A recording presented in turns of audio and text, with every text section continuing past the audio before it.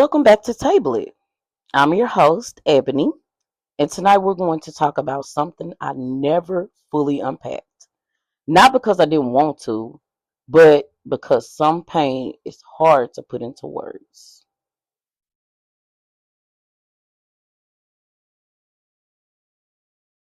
Tonight, I'm talking about heartbreak, not just relationship heartbreaks. I'm talking about the heartbreak of losing yourself. The heartbreak of pouring everything into people and having nothing left for yourself. The heartbreak of constantly rebuilding after being broken. Because if I'm honest, I'm tired. Not physically tired, but my soul is tired. The kind of tired that comes from carrying pain for years. The kind of tired that comes from surviving things you never should have had to survive. And maybe some of you listening knows exactly what that feels like. I constantly get people always telling me how strong I am. Ebony, you're strong. You're going to get through it. You're resilient. And don't get me wrong, I appreciate those words and the encouragement. Sometimes I wish people just knew the truth, though. The truth is, I didn't always want to be strong. The reason I became strong is because life kept giving me no other choice. Every time life knocked me down, I got back up. Every time my heart was broken, I put the pieces back together. Every time someone walked away, I found a way to keep moving. But what nobody seen was the tears behind the strength. The nights I cried myself to sleep. The moments I questioned my worth. The moment I questioned God. The moments I questioned whether love was even meant for me. Because strength can be lonely. Very lonely. For years, I thought I was choosing relationships based on love. I realized I was choosing from my wounds. See, all the trauma I dealt with from the different men that were put in my life. I never had an example of a good man. So this is what I had based off. The men that molested me, my dad being hooked on drugs, the men abusing the women, the men using the women, and much, much more. But the thing was, I didn't intentionally go looking for the broken men. I didn't wake up saying, let me find somebody with problems. What I really was thinking was, oh, everybody has flaws. No one is perfect. We can build together. We can grow together. We can struggle together and make it. We can even heal together. I even went as far as thinking, or should I say, had thoughts that if I got with someone that wasn't stable and still trying to get their life together, they will understand me too. They wouldn't judge me. They wouldn't even expect perfection from me. They would see my flaws and still accept me for who I am. The men who had everything together intimidated me. And that's no lie. Not because I didn't want them, but because I didn't know if I felt worthy of them. And if they were willing to accept a woman like me that's still trying to get her life together. Or if they knew certain flaws I had, would run them away. That's scary. I was afraid they would see every scar, every insecurity, even pieces of baggage I carried, and decided I wasn't enough. So without realizing it, I kept choosing what felt familiar instead of what was healthy. And familiar can go ways back, from watching the different men my mother chose or the different men my aunt chose, and they had familiar traits. So, like I said before, never had an example of a good man. So the traits that was, you know, out from the guys that my family members chose was what was familiar. One thing about me, when I love hard. I don't halfway love. I don't halfway commit. I don't halfway show up. I become their biggest supporter, their cheerleader, their safe place, their counselor, their backbone.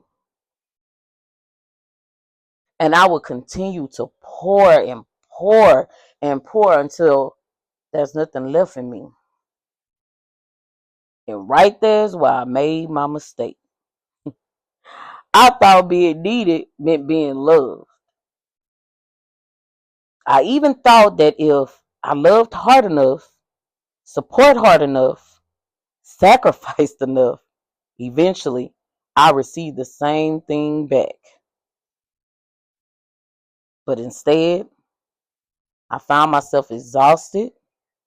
I found myself being mistreated, emotionally drained, abused, mentally drained, and spiritually drained. And every relationship left me with less and less of myself. If you ever felt broken, overlooked, or like you have to carry the world alone, this episode is for you. Dropping Friday, 8 p.m. Every rejection reminded the little girl inside of me that she wasn't enough. Every betrayal reminded her she wasn't important. Every abandonment reminded her she wasn't worth staying for. So I became a woman who tolerated things I shouldn't have tolerated. Not because I was weak, but because I was wounded. I was terrified of being left, terrified of being alone, terrified of not being chosen. Then came the depression.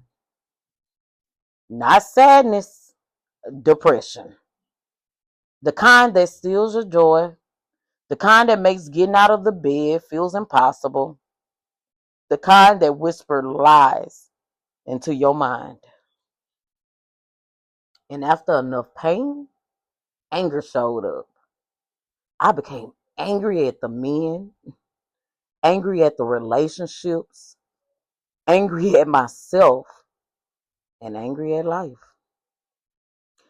Some people may say that could have been a bit of jealousy when I see happy couples and happy marriages and people getting along with their life and happiness. But it wasn't. I just felt like I needed a break. Been through enough. When will I be happy? And every relationship seemed to just leave another scar, another wound, another reason to believe I wasn't enough. There were moments I felt like a failure. Moments I wonder if I was simply unlovable. Moments I wonder why everybody else seemed to find happiness while I kept finding heartbreak. And those thoughts became dark. I mean, very dark. And I began to realize I wasn't just grieving relationships, I was grieving myself. Because at that point, I also realized that I was losing myself. I wasn't putting me first anymore. The unconditional love we supposed to have for ourselves, I began to wonder, what is that? The relationships I was choosing, they didn't just break my heart. They broke my confidence. They broke my trust. They broke the way I saw myself.